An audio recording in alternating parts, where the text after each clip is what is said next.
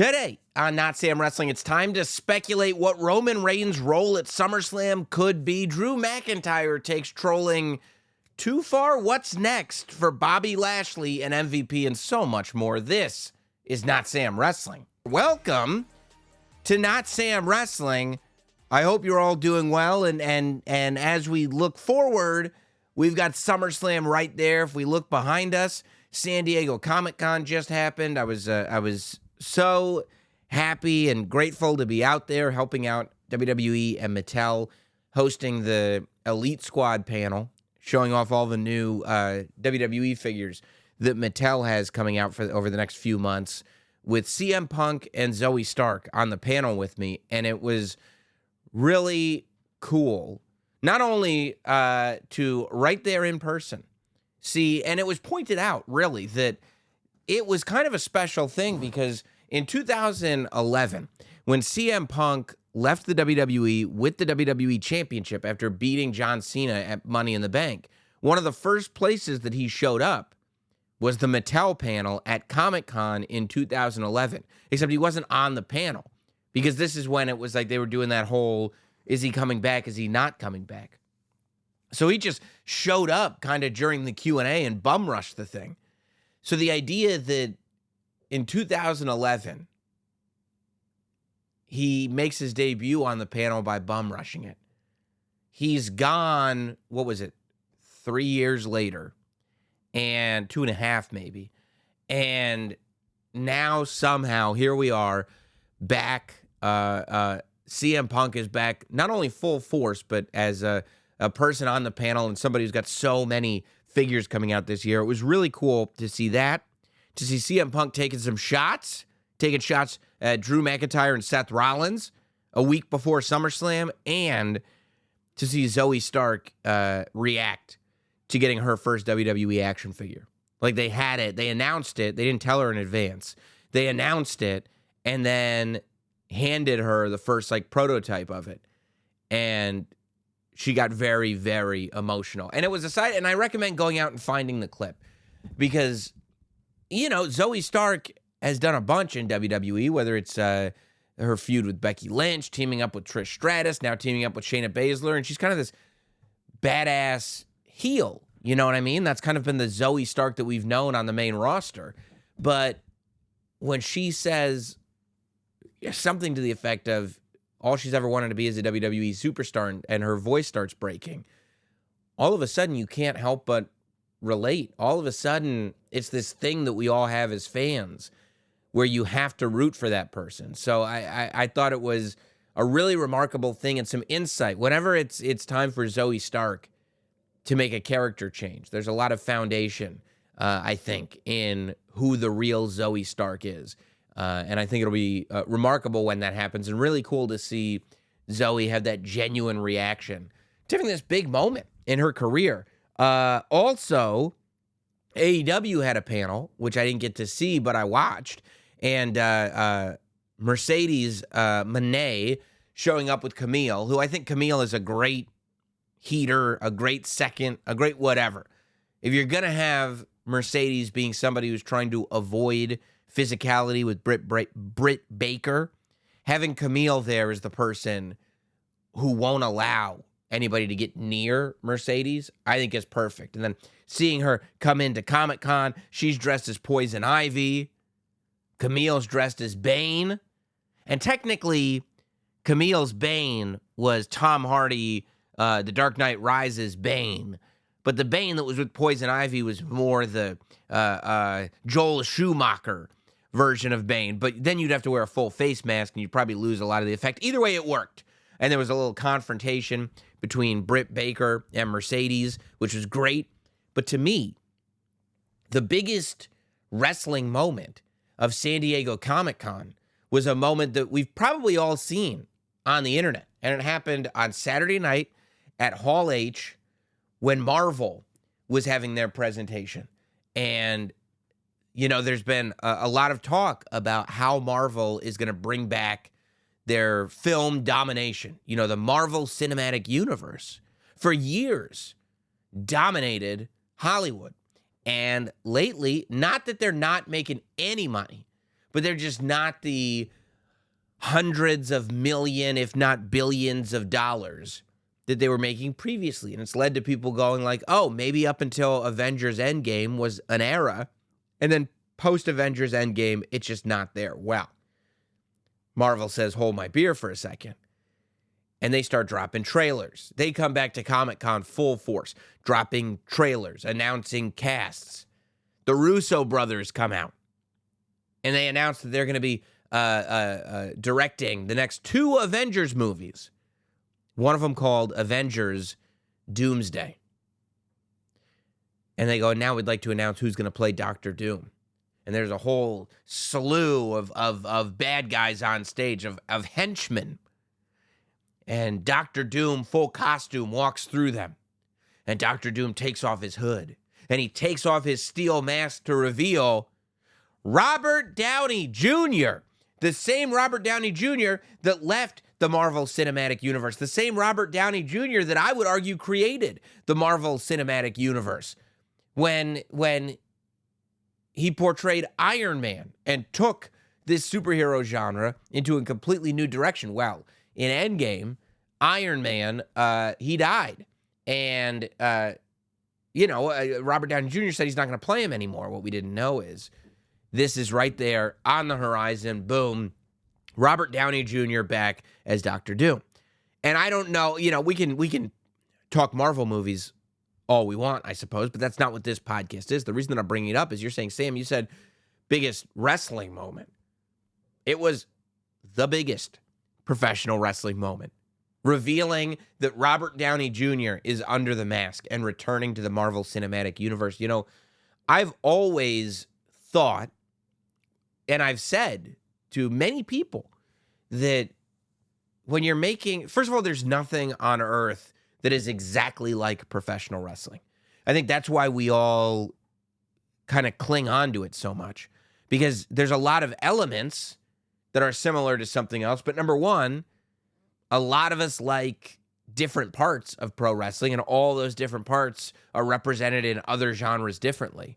But there is no one specific form of entertainment that encapsulates everything that professional wrestling does. All that said, I do think that there are oftentimes pushes to try to make the presentation of pro wrestling more sports-like. And I don't think that that's a bad thing at all. Because ultimately, you want to establish this suspension of disbelief, which every good film has. This idea that you know what's going on, but while you're watching, you going, oh, that's not real, is not distracting you from the product. That regardless of what you know, you can believe that what you're watching is legit long enough to be fulfilled by the stories that are being told. And so I think that sports-like presentation can be really, really good because it adds to that suspension of disbelief. I do, however, think that sometimes people think that it should have a sports-like presentation because it's very similar to sports. You have NFL, you have WWE.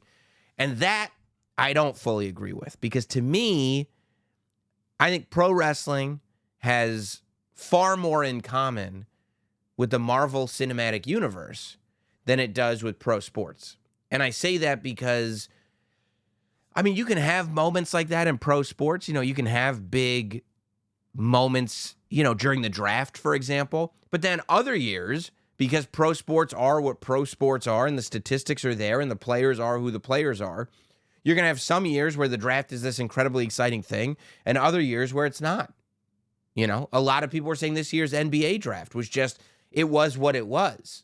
It wasn't the most over-the-top exciting thing. And by the way, some of those people who were drafted and not necessarily all that exciting may end up becoming the biggest stars that the NBA has ever known. Michael Jordan was not drafted first. But I will say that pro wrestling is unique because you can control those elements far more. You can't fully control it like you can't control anything, because ultimately it's about that audience reaction. And as much as you can try to predict the audience reaction, you can't control the audience reaction, but you can make a pretty educated guess as to what they'll like. Marvel can make a pretty educated guess. Like, is there this world where Robert Downey Jr. takes off the Dr. Doom mask, and Hall H, the whole room, boos him because everybody goes, what are you talking about? That's Iron Man. We don't want to see him playing a villain. It's possible, but it's not likely. They can make a pretty educated guess as they're watching the movies start to slip in terms of box office and go, we need to get back on these fans' sides. We need to tell them, number one, they haven't seen everything. And number two, the stuff that we've got cooking, you're going to want to pay money to see. And I think that that is ultimately professional wrestling. I think that and you could take it from a very literal stance where, like, when you look at that moment, the fact that it was done on stage, the fact that there was an audience right there that didn't know it was coming, it wasn't that dissimilar. And you can see WWE experimenting with this a little bit because it wasn't that dissimilar from when the WWE did the WrestleMania, what's the press event called now? The kickoff? Yeah, the WrestleMania kickoff in Las Vegas when they had it at the T-Mobile Arena. And they had The Rock and Roman Reigns and Cody Rhodes and Seth Rollins all on stage together. It had that feel. And quite frankly, it was one of the most successful, in terms of generating fan interest, events on that road to WrestleMania. I can't help but think, like, especially if we're going to be in a place where WWE is doing things like WWE World. Like, and it's a little more difficult because Marvel puts out, 5 movies a year? WWE puts on 3 television shows a week and however many, 12 or so premium live events a year, maybe more. So it becomes a little bit more difficult. I do think that there are lessons to be learned, that sometimes that moment can be just that moment, right? And that maybe if we are doing a WWE World, there is that on-stage moment where you can have a reveal happen and there doesn't have to be a million things going on. There doesn't have to be on a show with 17 other moments. It's just like tonight, it's just about this and this shared experience. You know, I thought it was such a cool thing to see, but it relates so closely to professional wrestling. And I think we're on the precipice of a Robert Downey Jr. is back in the Marvel Cinematic Universe moment. I think we're on the precipice of that with Roman Reigns. Look, I mean, if you're watching SmackDown, and I think most of you probably are, it really feels now more than ever like we got to get Roman Reigns back at SummerSlam. I mean, so we get these 2 pre-taped promos. One with Cody Rhodes, one with the Bloodline on SmackDown on Friday. And Cody, one of the things that he said was that chaos reigns without a true line to lead the pack. And the fact that he's sitting there and saying there's not a true line to lead the pack, it goes right back to this questioning of the Bloodline and of Solo Sikoa. Cody challenges Solo Sikoa to look into his eyes. He says he has to look into Solo's eyes because he doesn't know if Solo is ready for this. He said, I know I'm ready. I don't know if Solo's ready. And it's like, after everything that's happened, after Solo takes Randy Orton out, after Solo takes Kevin Owens out, after Solo introduces Jacob Fatu, after Solo takes over as the tribal chief, do you know how frustrating it's got to be for that guy to now, after everything, still have Cody Rhodes saying, I don't know if you're the guy. I don't know if you're the one. I got to look at you eye to eye. Cody says he's ready. But I will say this. Cody is taking the higher road on this thing. But Cody, why do you keep creating scenarios where you're getting into a ring full of Samoans? If there's anything to learn from history, Cody Rhodes, do not get into a ring full of Samoans or Tongans. It's going to end poorly for you. It always ends poorly for you. Every time Cody shows up and he goes, but this time it's just going to be mano-a-mano, right? This time it's just going to be one-on-one, right? And Solo goes, right. But he's lying. It's always more Samoans. There's always more Tongans. And Cody ends up in a position, and who's going to save Cody now? On the SmackDown before SummerSlam from Cleveland on Friday, who's going to save Cody when Randy Orton and Kevin Owens are both out? Well, not surprisingly, Solo Sikoa accepted Cody Rhodes' invitation because what does Solo Sikoa have to lose? However, he said not only does he accept Cody Rhodes' invitation, but he talks about the weekend ahead for the Bloodline in Cleveland. And he talks about how all the titles are going to come back to the Bloodline. He says that the Tongans are going to take the tag team championship and bring them back to the Bloodline next Friday, the Friday night before SummerSlam. Which is interesting that he said the Tongans because it was Tama Tonga and Jacob Fatu that won the gauntlet match. So I don't know if Tonga Loa is going to get put back into the tag match against DIY or if, I don't know, but he said the Tongans, so that was interesting because Jacob Fatu's father is the Tonga Kid, but his father is not Tongan, his father is Samoan. Jacob Fatu is a Samoan, as far as I know. But then he says that he's going to bring the WWE Championship back to the Bloodline at SummerSlam. And he says, if Roman Reigns got a problem with that, you know where to find me. And you can end up just like Randy Orton, just like Kevin Owens, and acknowledge me. This is a direct threat to Roman Reigns. This is no longer, yeah, Paul, I've been talking to Roman. Yeah, this is what Roman wants. Oh, no, Roman's not coming back. This is now Solo specifically saying, Roman, if you don't like this, stop me. I dare you to stop me. Which we haven't really seen before. He was kind of hinting at that last week on SmackDown, but this is the beginning of Solo coming full force. Now, there's two things that could happen here. Number one, Roman shows up. Number two, Roman doesn't show up and Solo wins the WWE Championship. I don't see, because unless the idea is Solo's going to lose and then Roman shows up later to be like, Solo, you suck. But at that point, it's almost like, because if Solo loses and Roman does not show up, well, then how do we get to SmackDown after SummerSlam and take the Bloodline seriously at all? That's going to be really tough. I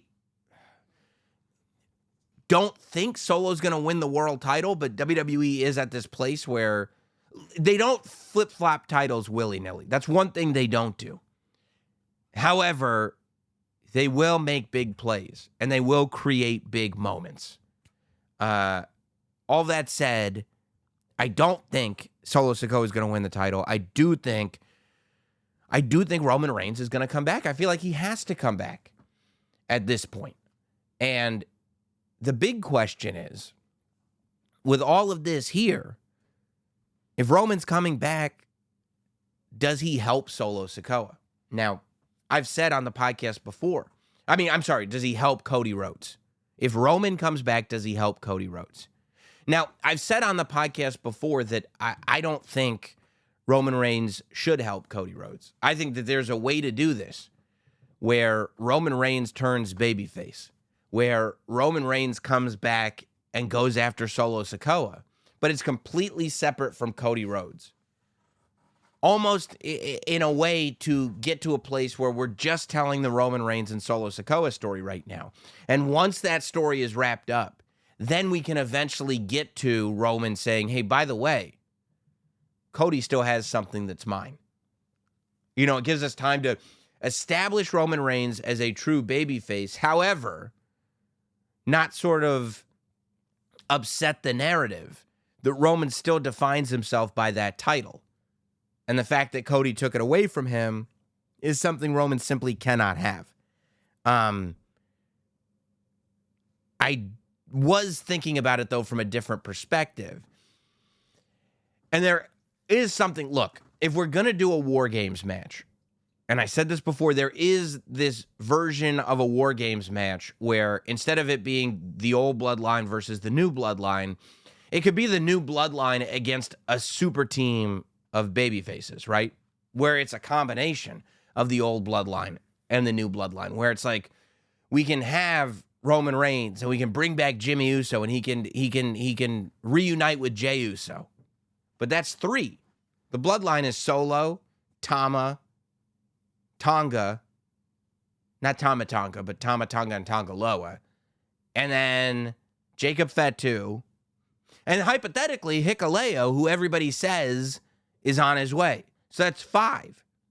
That's 3 bloodline members, which means you need to add Cody Rhodes and probably Sami Zayn. Although Sami Zayn's not on SmackDown, so that might be a little tricky. Maybe that's where you add a Kevin Owens or a Randy Orton. So you've got that. I also think that, as I said, when I don't think that Cody Rhodes has yet had that definitive world title story. I would like to see a SmackDown where you've got a bloodline story and you've got a Cody Rhodes WWE Championship story that are both drawing you into the show. I think that we're fully capable of that. I think the only thing that stopped that from happening is that there are a lot of baby faces on SmackDown. And that's a consequence of the bloodline running SmackDown for as long as the bloodline ran SmackDown.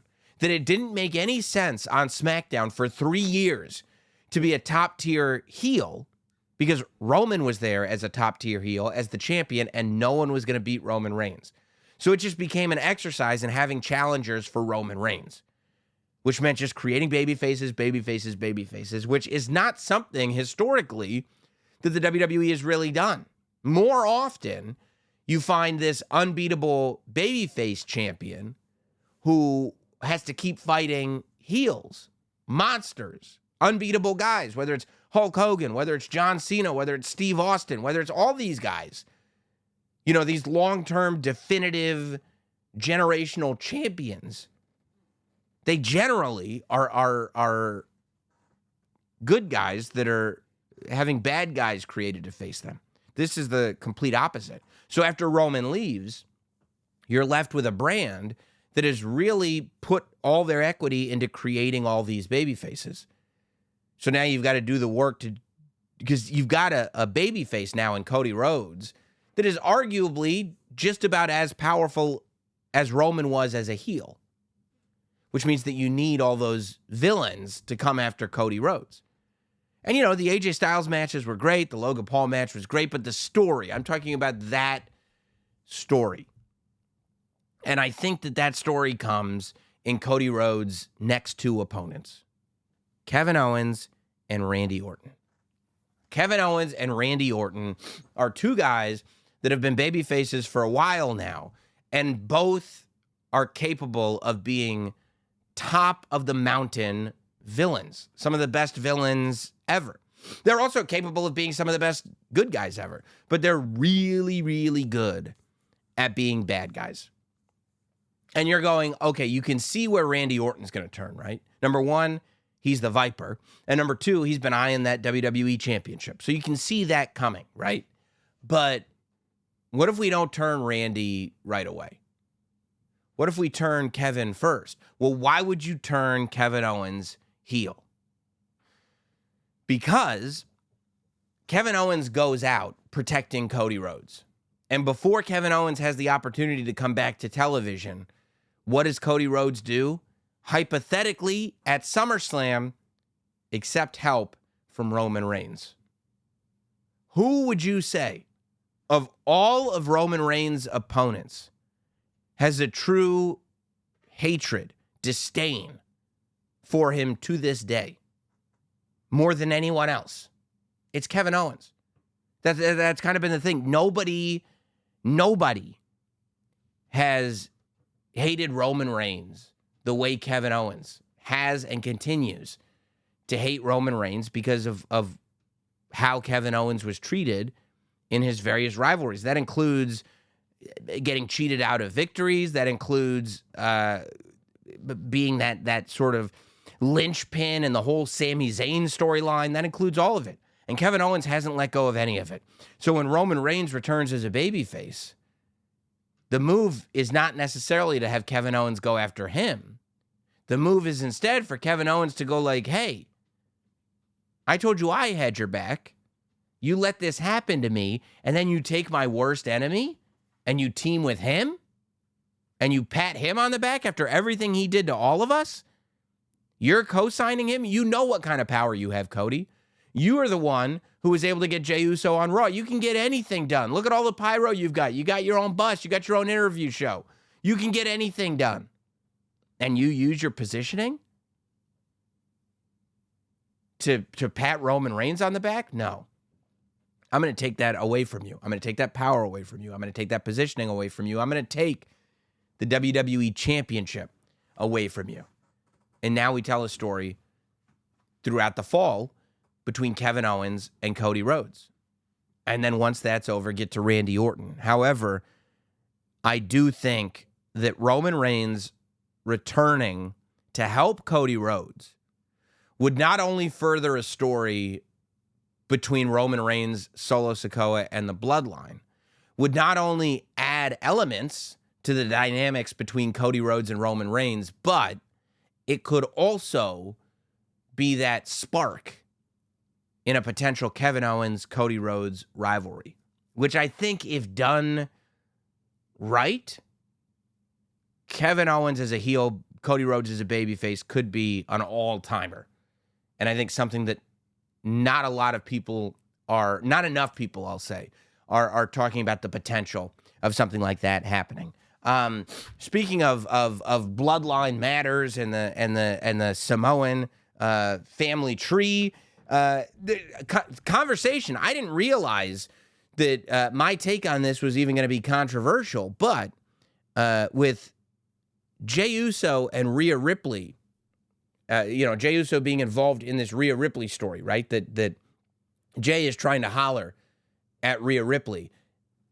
There has been discussion as to why Jey Uso is involved in this at all. Now, there is and has been this growing frustration as to Jey Uso not getting more when it comes to WWE television, whether that's championship, whether that's whatever it is.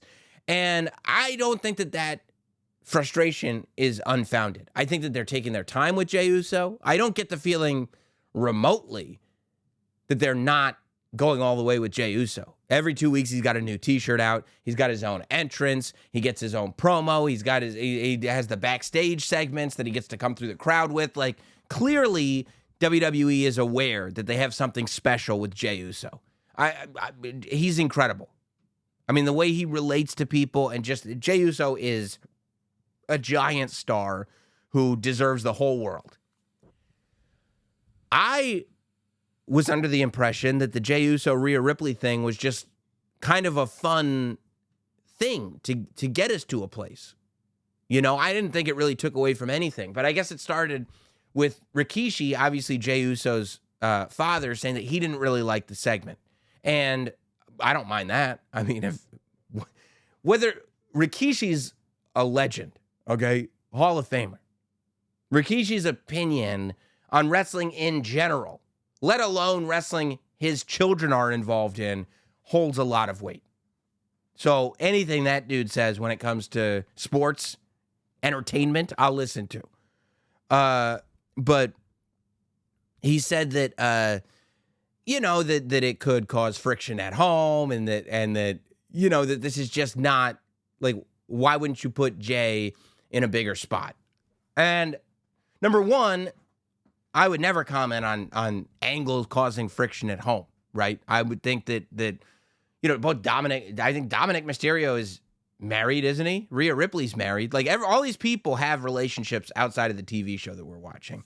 So I guess I don't take it that way, but some people might. I don't know, and that's not really for any of us to comment on if we don't know the relationships. But I do think that this isn't a story where Jey Uso becomes the new Dominic Mysterio.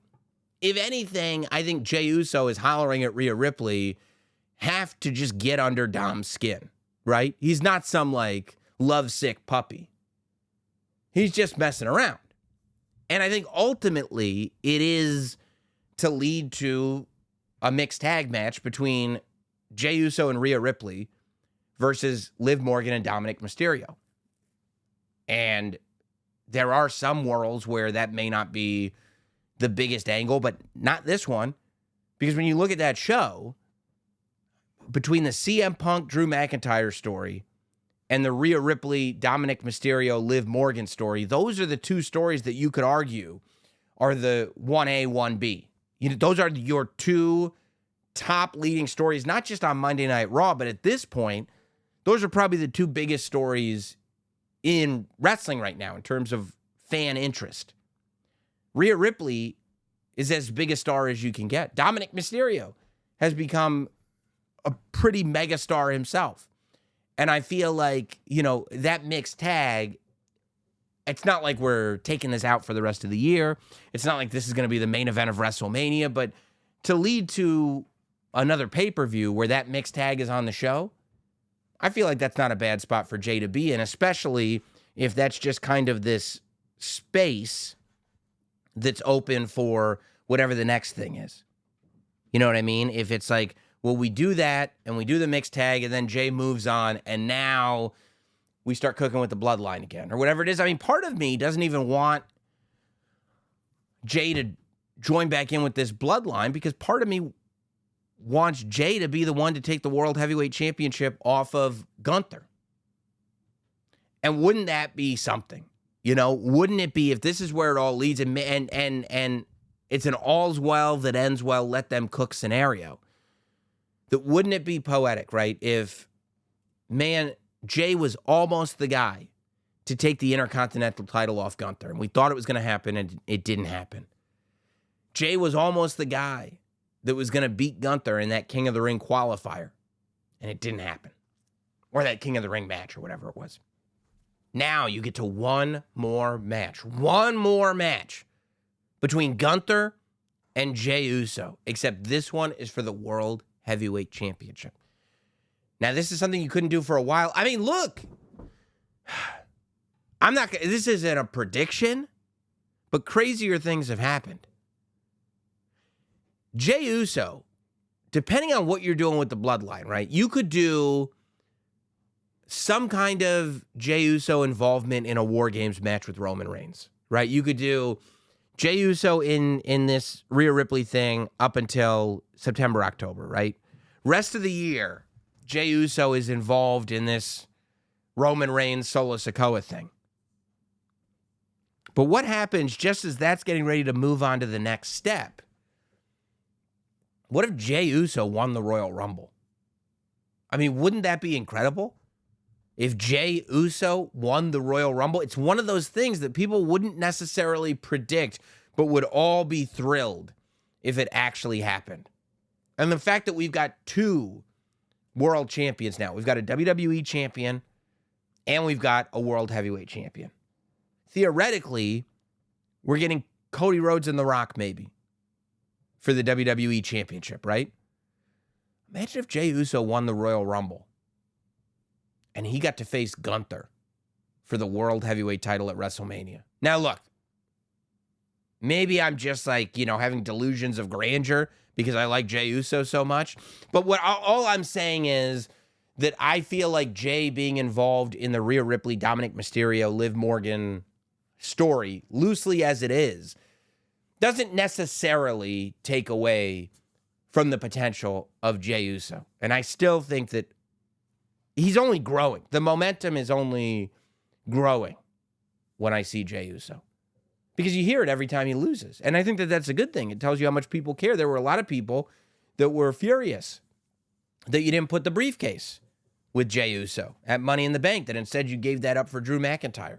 And that's true. And every time Jey Uso doesn't get an opportunity, you can justify it by saying, well, he didn't get that opportunity because we were doing this. He didn't get that opportunity because we were doing that. Eventually, you're not going to be able to justify it anymore. Eventually, that groundswell for Jey Uso will be so strong that you're just going to have to go for it. And I think eventually they will. Because he's the man, dude. Speaking of that Money in the Bank, of course, that the Money in the Bank briefcase went to Drew McIntyre. And it was one of the many steps on this road to what we know we're finally getting at SummerSlam, which is Drew McIntyre versus CM Punk. Of course, we did an emergency podcast about it last week. But we know now at SummerSlam, it's Drew McIntyre versus CM Punk with Seth Rollins as the special guest referee. Now, the question is, did Drew take trolling too far over the weekend, whenever it was, Thursday, Friday, I don't know. At some point in the last few days, Drew McIntyre posted a tweet. And when Drew McIntyre posts a tweet, it's not going to be good news for everybody. Drew McIntyre posts this tweet. And I believe it said something to the effect of, it's a real picture, cry us a river. And it's a picture of Drew McIntyre and Jungle Jack Perry. And I mean, I don't know where this picture was taken. I don't know if Drew McIntyre was at Comic-Con at the same time that Jack Perry was. I don't know if this was taken a while back where they were in the same town. I have no idea. But I was getting texts. This must have been on Thursday, because at Comic-Con, I hadn't checked my phone because I was doing other stuff. And then when I left the floor, I was getting texts going like, oh my God, I think you're going to need to do an emergency podcast. And then I was getting tweets that were reply to this saying, hey, at Notsam, you better get the siren out. And it went to a tweet that was deleted. I said, what is this? And then I did the searching and saw what was trending and saw that Drew McIntyre had already deleted the tweet, which has led to even more speculation. But there are some instances where deleting a tweet only draws more attention to it. And I feel like this is one of those instances. So who knows? You know what I mean? That's been one of the questions that we've been speculating wildly on. If one of the TKO bosses or WWE bosses called up Drew McIntyre and said, you know, take the tweet down. If CM Punk said, hey, take the tweet down, I don't know. But there is another theory, which I think has as much weight as any of them, which is this could be all part of that new kayfabe thing. Drew McIntyre deleting the tweet could be a part of the whole plan, could be a part of the whole rollout, right? The idea is I'm going to put up this very controversial tweet and then delete it to, again, like I said, sometimes when you delete a tweet, it draws more attention to it. Maybe he deleted it because that's part of the plan. Who knows? But I do know that it only, I believe it only adds to the whole thing. You know, the thing about CM Punk is that, and this has always been that magic of CM Punk, that he's that guy where you don't know where the line is. And I think people are starting to catch up to that, be it Seth Rollins, be it Drew McIntyre, where they realize, because I'm sure for a lot of wrestlers, CM Punk has been a dream opponent in the sense that you can build these epic forever stories with CM Punk, right? The stuff that CM Punk did in the WWE 10 years ago, people still talk about. Money in the Bank 2011, people still talk about it, right? Straight Edge Society, people still talk about it. The Pipe Bomb, people still talk about it, okay? Then you go to AEW, the stuff he did with MJF, people still talk about it. Of course, the stuff that he did backstage, but that wasn't a storyline. Now we're realizing that legend has only grown and only grown and only grown. So we get to this point where we're like, okay, if that's what we're doing, then let's get the most mileage we can out of this story. Let's not do a quote-unquote wrestling story. Let's do something that blurs the lines. And they've been doing that since Survivor Series of last year. And so I think that that's why with this story, at least for Drew McIntyre, there's this feeling that everything is fair game. And you don't know, right? Who knows if maybe at some point these guys got together and said, hey, here's where the line is and everything else is fair, or there's no line because that's what we're doing. But I do wonder, right? Because I said that, and this was when CM Punk cost Drew the moment at Clash at the Castle. This was when they sacrificed the Money in the Bank briefcase just so this story could continue. I said that because of those elements that had taken place, CM Punk versus Drew McIntyre automatically becomes a match that if you wanted to, you could main event any show with. And I still feel the same way, but I do wonder how the Seth Rollins dynamic fits into this, right? Clearly, Drew McIntyre and CM Punk are not going to be able to fully settle this, I don't think, the way they would have been with a traditional official. Because Seth Rollins has beef with both Punk and Drew McIntyre. It's a really interesting position for Seth Rollins and Drew McIntyre because it's almost like once the three of them are in the ring, it's going to be up to the audience to kind of determine what's the bigger story. I would argue that before the Royal Rumble, there was no bigger story than Seth Rollins versus CM Punk. However, I would also argue that after the build to WrestleMania, where Drew McIntyre was talking about CM Punk the entire time, and everything that's happened since WrestleMania between Drew McIntyre and CM Punk, that is the story that everybody wants to see settled. That's not to say that people don't want to also see CM Punk versus Seth Rollins, but that's that pound of flesh that people want. You know, we've been fully invested in this CM Punk Drew McIntyre story for so long that it's almost surreal. So there's a couple of things that are surreal here. It's surreal that we're going to get to see CM Punk have a singles match in the WWE again on television. We have not seen that since 2014. It's surreal that CM Punk is walking into a SummerSlam again. But what's interesting is this CM Punk Drew McIntyre story has become such a foundational piece of what the WWE is right now that I feel like all that, oh my God, CM Punk's first singles match back on television, that's almost a B story to the A story, which is we're finally getting Punk versus McIntyre. I can't believe it. We're finally going to see this be a match. How do you even live up to everything that we saw leading up to this thing? And maybe that's part of it. Maybe they're like, I don't really know. Like, there is no satiating that thing. So let's just continue to tell stories and put Seth Rollins into the thing. I mean, does this end up being Seth makes a questionable decision? I would imagine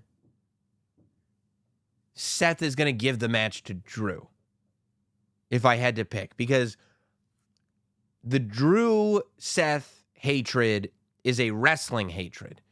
The Seth Punk hatred is a real hatred. And I say that not to say I know the difference between storylines and real life, but to say that's the way it's been portrayed on television.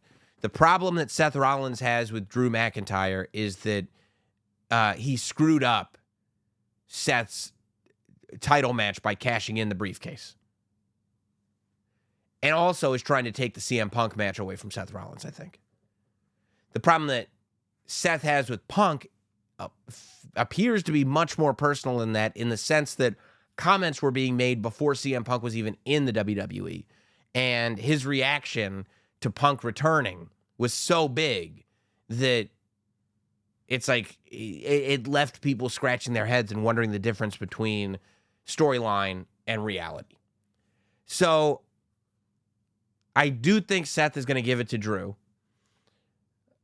I wonder if that'll turn Seth heel. It very well might, but that might be okay. Like I said, there are a lot of heels right now. A lot of baby faces right now, so it might be okay to turn Seth heel. But I also wonder if that'll be enough for Drew. Like, is the idea that Drew is going to beat Punk because of Seth, and then Drew gets to move on to the next thing, bragging about that, and now we go straight to CM Punk versus Seth Rollins? Because a big part of me is like, okay, if you've got these two massive stories, why don't you try to do as much as you can with Drew and Punk, and then do as much as you can with Seth and Punk after? I feel like between those two guys, you have enough to carry out at least the rest of this calendar year.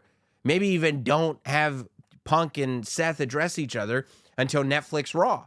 But that's not what's happening, which leads me to believe that there's a lot more plans for CM Punk and the stuff that he could be doing, because I'm sure that all that's being thought of. It'll just be really interesting to see how things land with that. And because to me, Seth Rollins being involved completely changes everything in the dynamic between Drew McIntyre and CM Punk. And is the idea that you're taking all that energy that you built between Drew and Punk and transferring it over to Seth Rollins, or will Drew not be happy with what Seth does? Are we going to lead to a triple threat? Drew versus Seth versus Punk. Are we going to lead to some kind of cage or Hell in a Cell match between Drew and Punk where Seth has to stay on the outside? And then start the thing with Seth and Punk after that. I mean, it is a way, like if you do Drew versus Punk, Drew wins because of Seth. Then you do a triple threat, and Punk still doesn't pin Drew. And Punk says, I have to, and then you do the cage match. Punk can finally beat Drew. That's taken us into Bad Blood already and past it. And once that happens, then we can move into the fall with Seth Rollins versus CM Punk, because it would be very poetic if the first Seth Rollins CM Punk match was at Survivor Series. If 1 year after CM Punk's unexpected return to the WWE, you finally had that match. And you can do that by going, by stalling until you go singles match with the referee, triple threat, Hell in a Cell with Drew, and then push. Although I think you might have an October pay-per-view, so you might have to do something there. And then that Survivor Series with Punk and Seth. I don't know. There's a lot of different things that could happen, and there's a lot of different things that could happen right now with Bobby Lashley and MVP. Apparently, Bobby Lashley and MVP made news it's all rumors at this point. But if you follow MVP on social media, it feels like the rumors are probably true that Lashley and MVP won't be back in the WWE, which is surprising to me because, and I don't pretend to know anything about, anything except what's on television. And what's on television was Bobby Lashley and MVP are in that club with Shawn Michaels of people who had the most unexpected, legendary second runs ever. You look at Bobby Lashley's second run. A second run that I think a lot of people didn't expect him to have in WWE. Because he had a great run in TNA, he had a great run in Bellator. And then he shows up in WWE on the Monday after WrestleMania 34. And, not one that I think people expected, but they were willing to see. And there were a lot of bad angles sprinkled in there. Whether it was, I think they do something with like Lashley's sister at one point. They did the Lashley-Lana wedding. They did the Lashley showing off his glutes every week. Which, look, Lashley showing off his glutes every week is technically a bad angle. However, I was thoroughly entertained by it every single week. And maybe that's just me, okay? Maybe that's just me. But the fact that grew into Lashley not only gaining support from the WWE audience, but winning the WWE Championship, having another run as WWE Champion, huge. MVP shows up at the Royal Rumble. It's just kind of a one-off. Like, oh, cool, MVP's back. He's on Raw the next night. He ends up getting signed. He ends up not only wrestling, but also commentating, also managing, becoming the United States champion again. Another guy who I think people did not think would have another run in WWE. But this second run, much like Lashley, you could argue, was even bigger than the first run was. And a lot of the reasons for both of them why this run was so big is because of what they did together with the Hurt Business. The Hurt Business was an incredible faction, and I think MVP and Bobby Lashley and what they did with the Hurt Business became one of the most valuable acts in the pandemic era of WWE, especially in the very beginning where there was like literally nothing. And you had to count on a few performers who could do literally everything to get you through multiple segments. I think that when at some point we'll have to look back on that era and really talk about who the people that shined were. I think Zelina Vega did a lot of good work then. I think Bayley and Sasha Banks did a lot of good work then. Drew McIntyre did a lot of good work. And I think, among others, the Hurt Business did a lot of really, really good work. MVP and Bobby Lashley specifically did a lot of good work, so much so that by the time the first show with an audience back, it was only half a stadium, or maybe a third of a stadium. It was for WrestleMania, whatever it was, 37 in Tampa there. And you had Bobby Lashley defending the title against Drew McIntyre. And at one point, that would have been like, oh, let's give Drew his moment. But Bobby Lashley had gotten over so much that it was like, no, Bobby Lashley's going to retain here. The question is, if they're not coming back to WWE, where are they going? And they could go anywhere. You know what I mean? They could do a lot of different things. AEW is a name that's always going to come up. And I think that the Hurt Business could be really, really good in AEW. And the reason I think they could be good is, first of all, wherever they go, you got one more free agent that's out there right now. His name's Shelton Benjamin. So the idea that MVP could bring Bobby Lashley and Shelton Benjamin together, hypothetically, to create another evolution of whatever they started, I think that could be huge. The last thing that Bobby Lashley did that I know of is he was on the bump before it was announced that he was injured and wasn't going to be able to compete in the King of the Ring tournament. But he was on the bump, and he basically, like, we read a tweet to him that talked about something Carmelo Hayes had said. And Bobby Lashley went on this very real rant about the lack of respect that the young guys have now, and the lack of respect that the younger guys in the locker room have, that the people in Orlando have, and all this stuff. And it was great, right? It was perfect. And Carmelo Hayes was like tweeting after he heard that, and it was great. I loved it. That is the energy that I think MVP, Bobby Lashley, and Shelton Benjamin should have. I think that this should not be some like rebellious force going, we're going to prove something to them. You guys have nothing to prove. You're legends. I think that it should be, wherever we are, we're here to show you how this is done. You know, this is us coming in as the voice of experience. MVP, Shelton Benjamin, and Bobby Lashley, and showing you how you're supposed to do this thing. You know, I think one of the things that MJF has been doing very well in his heel promos is he's been unifying the fan base, right? Like as a heel, and he's getting booed, and it's great. As a heel, he's bringing up things that AEW does and saying these are bad. And because the fans boo MJF, it means they cheer what he's saying is bad. So it becomes this sort of rally to get that fan base to identify the product as, this is what the product is, this is why I like it.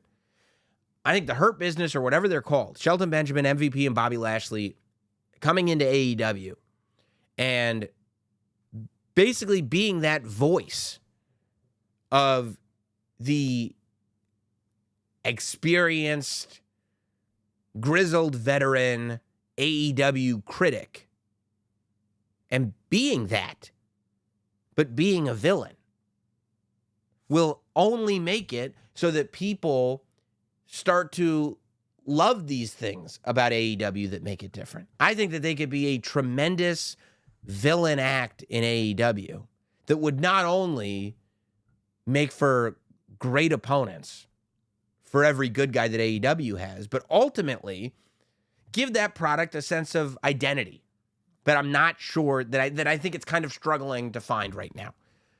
But yeah, if it were me, I'd pick those guys up right away and try to make some magic, because I think it's very, very possible. Speaking of magic, don't forget this Thursday night, August the 1st, Cleveland. Hilarities in Cleveland, 7:30 p.m., live Notsam Wrestling show. It's going to be awesome. I've had some conversations about guests, and I'm not ready to spoil it yet, but I can tell you one guest that you guys are going to lose your mind for. You're going to want to be there in person, because it is going to be absolutely epic. Keep in mind the people that we've had at these shows. Of course, at the last show, we had R-Truth, we had Mark Henry, and that dynamic between the two of them was unreal. The show before that, we had Samantha Irvin, we had Rhea Ripley show up. I mean, it's always spectacular. So get your tickets now. Go to notsam.com. Thursday night, Cleveland, 7:30 p.m. Do not miss it. It's going to be incredible. Let's get to these emails. You want to email in, notsamwrestling@gmail.com is our email address. Notsamwrestling@gmail.com is our email address. Let's go to Ammo from the UK. Love from the UK. Hopefully see you in Vegas next year as I'm going to my first WrestleMania and would love to see you live. I would love to make that happen for you. My question, in your ideal world, how would you like the Bloodline story to play out until WrestleMania? Not what you think would happen, but what is the most enjoyable? For me, I would love to fantasy book the following. Jay and Sammy win the tag titles on Raw, while Tonga and Fatu hold them on SmackDown. This leads to the Bloodline attacking Jay and Sammy as the only real Bloodline can be the champions. I don't think that makes any sense. They're on two separate shows. After costing the titles and starting beatdown, Jimmy returns to save Sammy and Jay, effectively reuniting the Usos. The OG new Bloodline fight on and off, leading to Fatu and the Tongans versus Uso and Sammy at Survivor Series. You know, all this, like, what you don't want to do is find yourself in a place where you're combining shows, where you're combining titles. Because right now, you've got a situation that either you're going to need other people involved with, or you're going to end up, like, unifying the championship, or it's just going to be messy. You know, what WWE has done really, really well, especially on Monday Night Raw, is create compelling stories that don't monopolize the whole show. CM Punk, Drew McIntyre, Seth Rollins. So much going on there, so much attention, not monopolizing the whole show. Rhea Ripley, Liv Morgan, Dominic Mysterio, Jey Uso. So much going on there, not monopolizing the whole show. What you don't want is to incorporate all these elements that end up monopolizing everything, so we're in a position where the Bloodline is all that we have. What you want is what I said before, where you have a Bloodline story, you have a Cody story, you have a CM Punk story, you have all this stuff. So, I mean, for me, I would rather see, at this point, I do feel like Roman has to come back at SummerSlam. Just because of how much they've been teasing it. I think that Jay coming back... So I don't know how you get there necessarily. Like, maybe you do a thing where the Bloodline beats down Roman and Cody, and they don't have any friends, right? Because Kevin Owens and Randy Orton are both gone, and people won't save Roman Reigns. And maybe Cody's backstage, and, like, LA Knight is like, nah, I'm not saving that guy. I got your back. I don't have his. You know what I mean? And so then they get into this position where they've got no friends. And that's when Jimmy comes out. And so I wouldn't put the tag title on Jay and Sammy, I don't think. But that's when, and then maybe that's when Jay comes out, and that's when slowly you start to rebuild. But I don't know. I mean, there's so much up in the air right now that I don't want to go all the way until, because it's almost like, because you also got The Rock coming back. You've got Cody Rhodes potentially involved with The Rock. You know, I could see Jey Uso. I wouldn't want Jey Uso to go back to just being a tag wrestler. You know what I mean? Because I want him to have that singles title run. I kind of want Jey Uso to win the Royal Rumble now. So Sarah writes in, "Hi, my podcast tribal chief. I acknowledge you, and I hope that you are well. I am well. The wrestling community thinks we see Jimmy interference in the IC title match somehow to set up Sammy coming back to the Bloodline. Others say he comes back with Roman in the Cody match. What do you think? Do you think we don't see him until after SummerSlam?" I don't think that he comes back with Roman. I think that Paul comes back with Roman. I definitely don't think he's in the IC title match because, again, now you're talking about monopolizing both shows. I think that I like better my way, which is because Jimmy also hasn't won Sammy's trust back at all. So, that doesn't make any sense to me whatsoever. Roman comes back, eventually realizes that he doesn't have his people with him anymore. Eventually, Jimmy comes back to save him because he's the right-hand man. But that's not SummerSlam. That's after SummerSlam.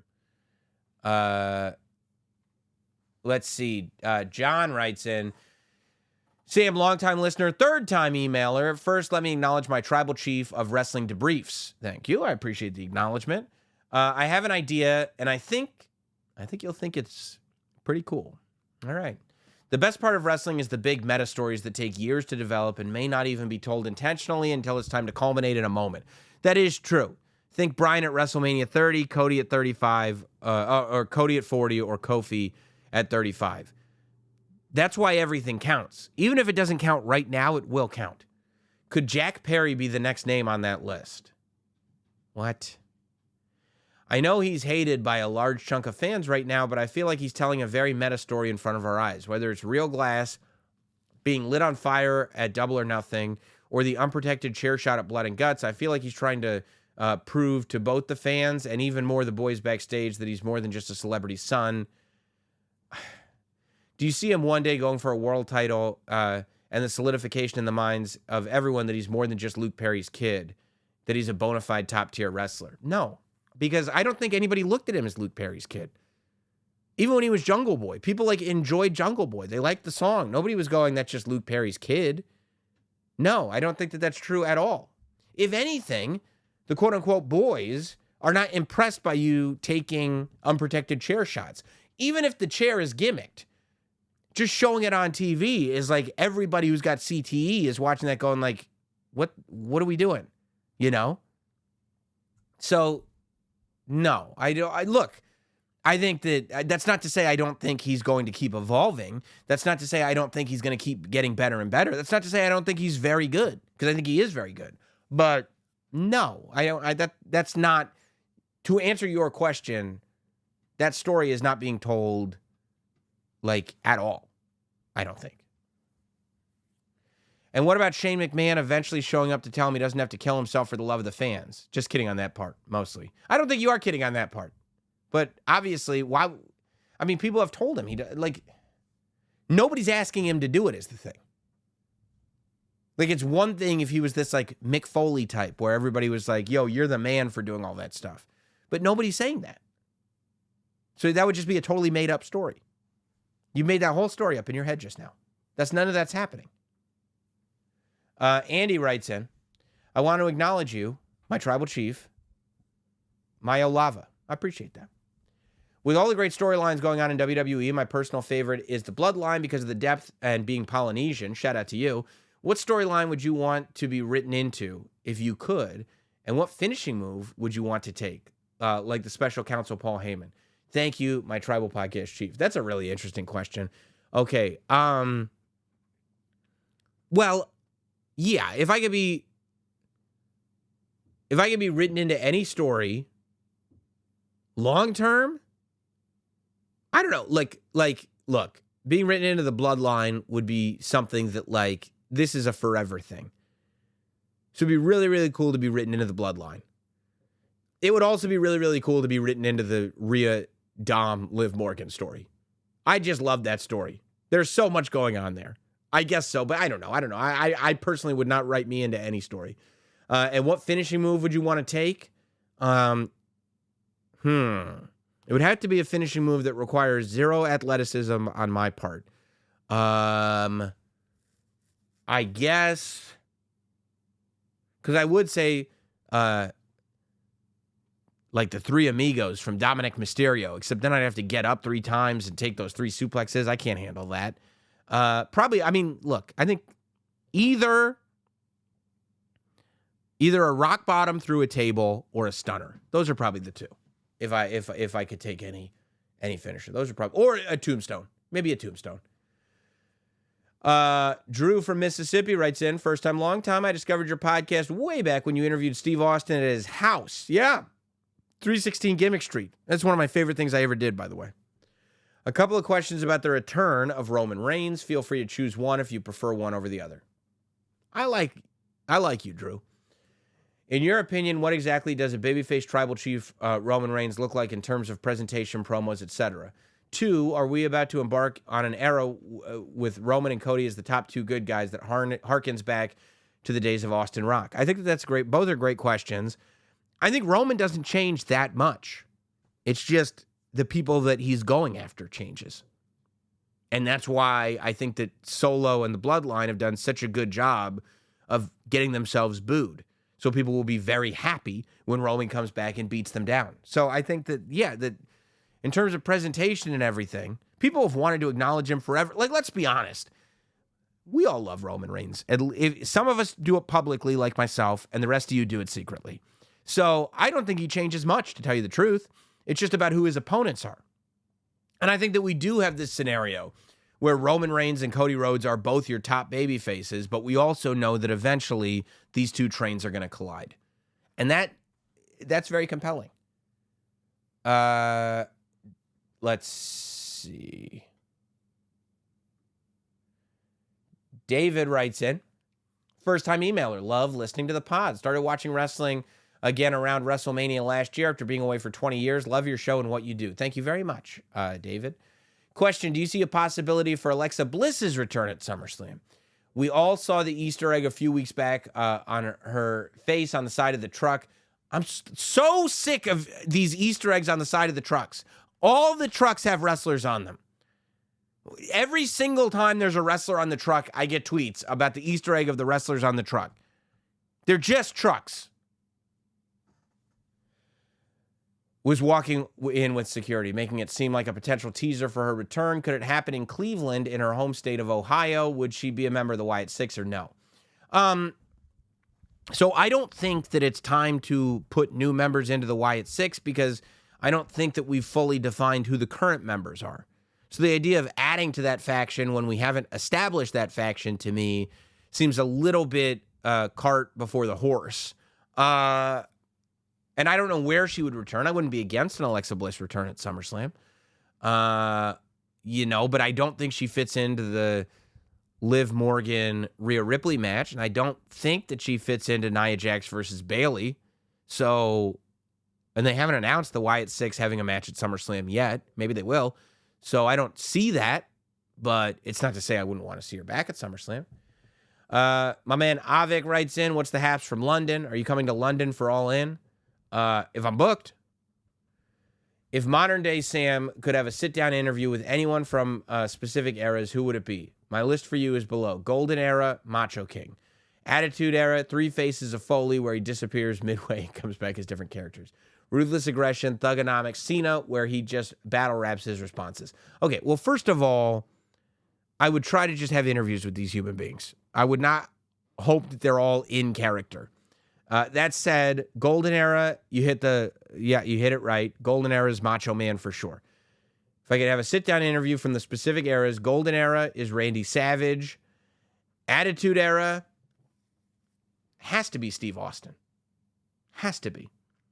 And Ruthless Aggression Era?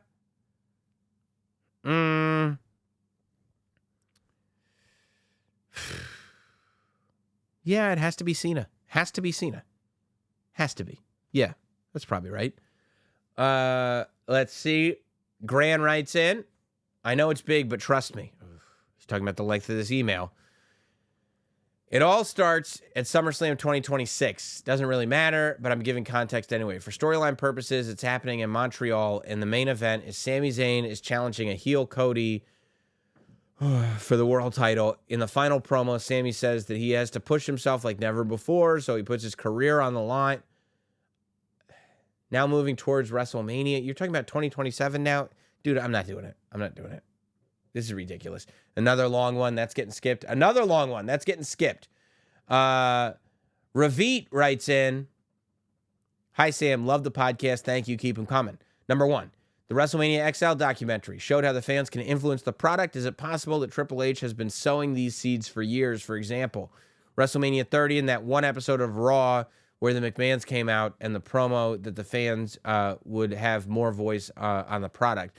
No, I mean, I think that WWE has historically at least made claims and attempted to listen to fan response. I think if you listen to the beginning of the Attitude Era, it's, we don't want to insult your intelligence. Good guys and bad guys, shades of gray. Like, that's fan response. Like, it's all fan response. It doesn't always happen, and there are many times where it should have happened, but I think that while this isn't new, it's happening on a different level now.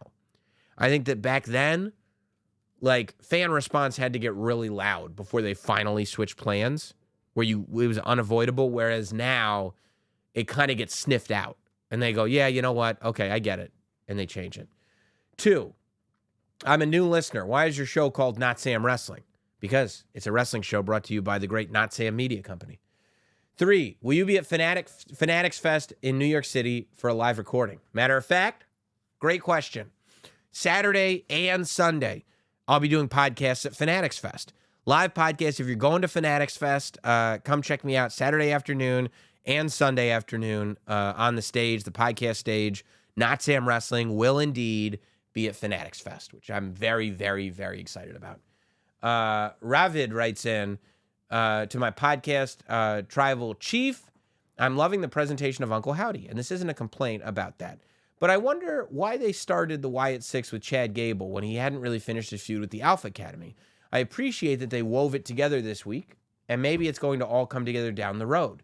But I thought that Chad would had an amazing storyline going with Otis and company that was still in inning 6 or 7. I just wonder why they would choose to pair him with the Creeds instead of giving that rub to someone else and to let him finish with Alpha Academy. Would love your wisdom on this. Well, I think the idea is that the Alpha Academy story is clearly not dead. Like, it's clearly still happening. It's these two stories woven together. And I think that ultimately, that if the idea is that Chad Gable is the pick because you need somebody that has turned their back on their family, and Chad Gable has become such a great heel, that you need to do it before Otis gets revenge. Because ultimately, the only way for this Alpha Academy story to end is for Chad Gable to get his comeuppance and for Otis to beat him. So if you finish that story, put a bow on it, and Otis comes out on top, well, now you've got the Wyatt Six attacking somebody who Otis just beat. Now, if you're asking why didn't they just have the Wyatt Six go after somebody else, well, I don't know. Then it would be a totally different story if that were the case. Right? Like, there's a logic to, it's not like Chad Gable was a random pick. Brad writes in, Sam, I have no takes. I just wanted to say I love the show and your points of view and passion for pro wrestling, brother. Yes, I said brother with my Hogan voice. Brother. Thank you. Big fan, Sam. Will keep it concise. Ref bump, bloodline attack, Cody. KO and Randy come out to equalize the bloodline. Jacob is too much. Jimmy returns. Jimmy Jacob fight off into the crowd. Cody then pins Solo clean. Solo sulking in the ring. Cody pyro on ramp. Copyright comes up. Roman returns. Roman, Cody, short stare down on the ramp. Roman smirks, keep walking. Roman enters the ring, stares down Solo, show ends. I mean, it's not a bad finish, but it's like, it feels like you just watched WrestleMania and you just want another insanely complicated, big, large finish. You're talking about KO and Randy and the Bloodline and Jacob and Jimmy into the crowd, Cody pin, ref bump, Solo by himself, the stare down between Cody and Roman, and the stare down between Solo and Roman. I mean, this feels like a lot of birthday. This feels like you're packing everything in to one moment. Just saying. We can't have WrestleMania every night. Okay, this is going to be the last email. Johnny writes in, Johnny from Brooklyn, I'm a new listener and a big fan of the show. I acknowledge you as my podcast tribal chief. I'm glad you do.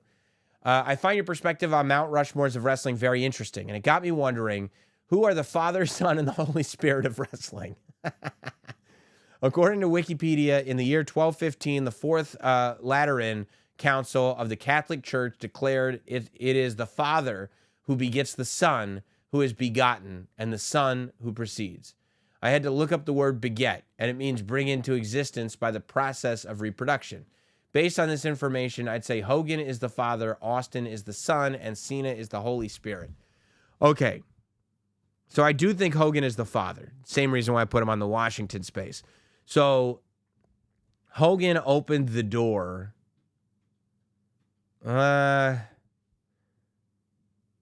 So that Austin, I don't know. Father, Son, and the Holy Spirit might be, honestly, you want to hear a take? The Father, the Son, and the Holy Spirit might be Hogan, Rock, and Cody.